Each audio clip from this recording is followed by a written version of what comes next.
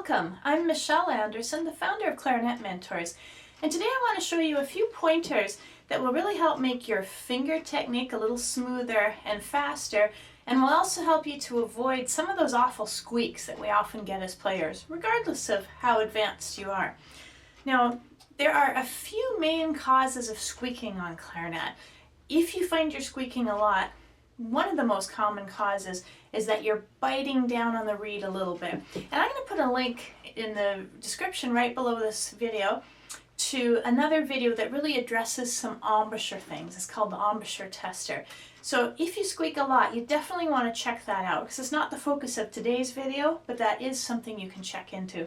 Now, one of the second causes of horrible squeaks on clarinet is sometimes we'll squeak more if we're outgrowing the reed strength that we're playing on. So it might be that you started on a particular reed strength and now you're a more advanced player and you need something that's more stiff. So that's worth checking out. It's not the focus of today's video, but I'm going to put it right up to the link below this as well.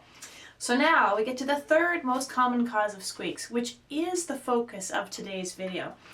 I would say probably the third most common cause of squeaking, and if you're a relatively new player, it might be your number one cause, is that sometimes as we're moving our fingers around the clarinet, going from note to note, it's very easy to not cover the holes all the way or cover them properly, and that can cause a big squeak.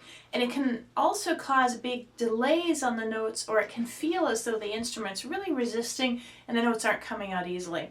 So if you're a relatively new player, you might find there are certain notes that just don't even want to seem to come out at all, or certain finger combinations that are really hard. If you're a more advanced player, you may notice if you listen to yourself playing, especially if you listen to a recording, that you have just little tiny gaps in the music. Sometimes they're very small, but they do interfere with the flow of the music, and that's something we want to improve upon.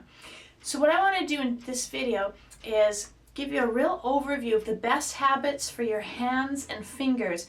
And knowing this, if you practice some of these tricks that I'm going to show you today, you will find that you're able to move between notes more easily, reduce your squeaking, and ultimately get your hands into a good position to help you play much faster on the clarinet. Especially when you get into more advanced music, we often have to move really quickly, and that's so much easier if your hands and fingers are in the right position. So first of all, I just want to talk about our hands. Obviously very important to playing clarinet. Our hands will work best if they're fairly relaxed when we play. We all have an instinct to really work hard when something's giving us trouble or when we're concentrating, and that can lead to really slapping on the clarinet and putting a lot of tension there. That tension will slow you down. So if you just kind of let your hand hang loose here for a minute, and sort of make a nice little hand puppet. The shape our fingers tend to go in when we do this little hand puppet are naturally the shape we want. So let's look at the shape of my fingers. They're rounded and arched, and as I do this, I'm not using very much pressure. It's almost like I'm squeezing a little ball in my hand. As much as we can, we want to apply that shape to our clarinet. So if we just look at the fingers, we'll see them in an arched, rounded shape. That's not what most people naturally do. In fact, I'd ask you to pick up your clarinet and notice what your fingers do. Here's what most people do. Instead of having a rounded finger like this, their finger will squish in like this. It's a very subtle difference, but it's this joint here. Now it's rounded, now it's in. And what that looks like on the clarinet is sort of this shape here. Our fingers become almost a straight line from middle knuckle to the tip. Now it's really hard for our fingers to move quickly. The best way that you can notice yourself how the finger shape affects how quickly your fingers move is to simply put them on your knee and move them like this. Now, just for the sake of the camera, instead of my knee, I'm going to do a close-up with my fingers right up here. If my fingers are arched, and I'm just moving them like this, it's pretty effortless to move them together. Now, if I try and do this with those knuckles bent in the bad habit that I was just showing you, it's a lot more work. I can almost hear my tendons crunching in there. but it's definitely harder to do faster. So more relaxed, just try that on your knees and see what you notice about your own fingers. So even though it doesn't feel natural to have our fingers round and arched on the clarinet, it's one of those really good habits that will lead you to be able to play more quickly and more easily. Now, that doesn't really address the idea of fingers covering the holes properly, but it does get your hands into a really good position to help you play faster down the road.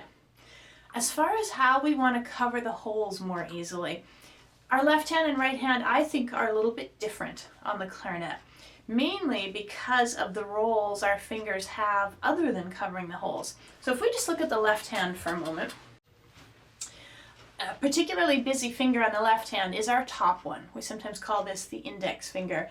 Not only does it have to cover this hole a lot of the time, it also controls this key, our throat tone A key, and the throat tone G sharp key beside it.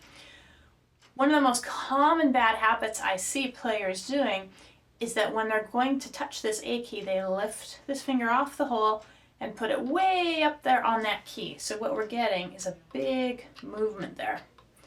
Now that's not so hard to do, but the challenge is once my finger's on this key, let's say my next note's a high B natural, very, very common. This finger now has to leap down, and most of the time when I see people doing this, it leaps down something like this. See how now I've exaggerated this? I'm leaving a big gap at the top of that hole where air is leaking out. What I'm going to experience as a player, if my finger is leaping like this, is something like this.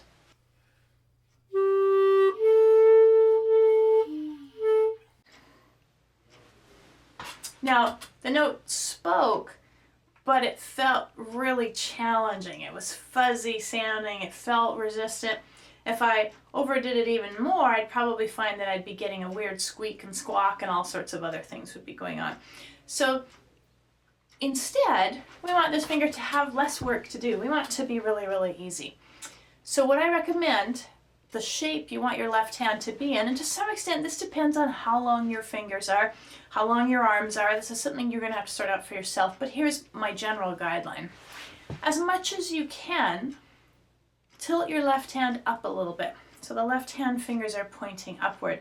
This allows your index finger to actually be touching that A key the whole time. Now I'm not pressing it open, but when I do, I just roll it up there like this. Super easy, super small finger movements. I have a video especially dedicated to some left hand finger exercises, and I'm going to put it in the write-up here. I actually recommend you look at that video just to give you some practical ways of practicing what I'm teaching you now. But the idea of today's video is just to give you an overview on those things. So that hand tilts up a bit, and our left thumb is pretty important too because it operates the register key. You want your left thumb to always be touching that register key a little bit, even when you're playing in the low register. So again, I'm not trying to slide it around in some big movement. It's just very tiny movements. So basically, our left hand has rounded fingers, tilts up a bit, so our top finger covers the A key, and our bottom finger is touching the register key. On the right hand, probably the most important thing is how we hold our thumb.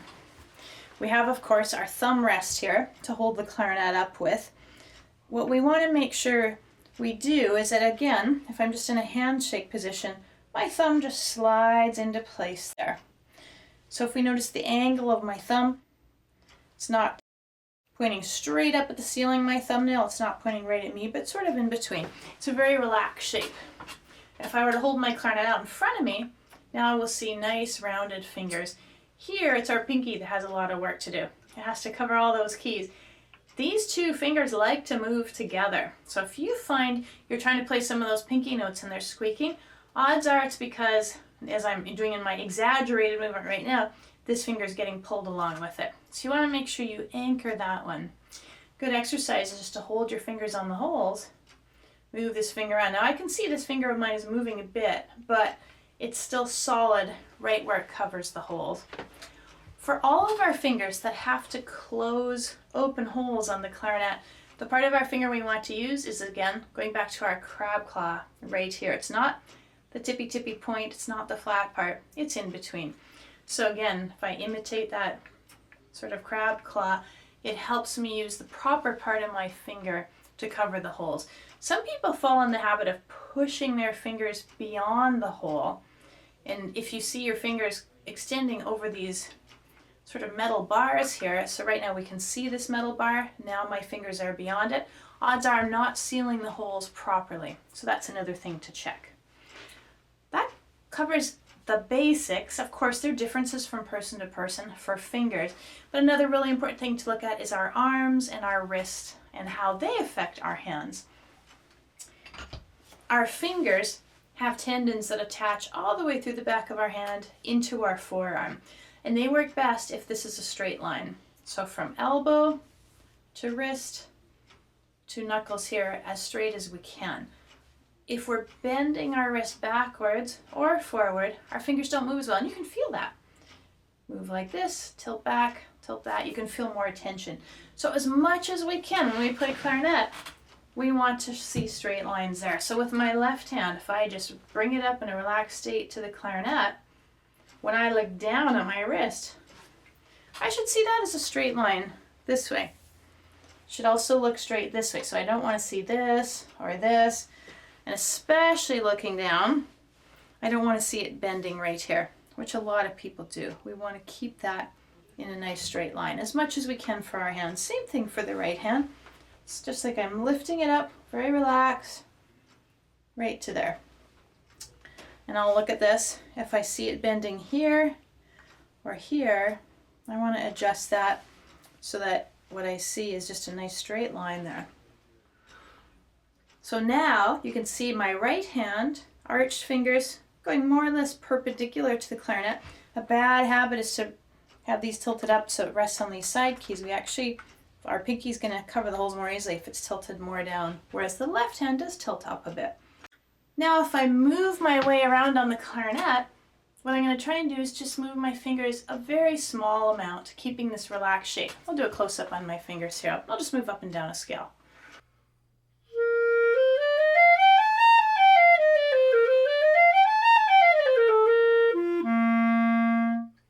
So you don't see a lot of movement. And in fact, when my hand is relaxed and I'm not moving much, it is pretty easy to move quickly. Much easier than when I'm concentrating on it and thinking really hard and tension in there.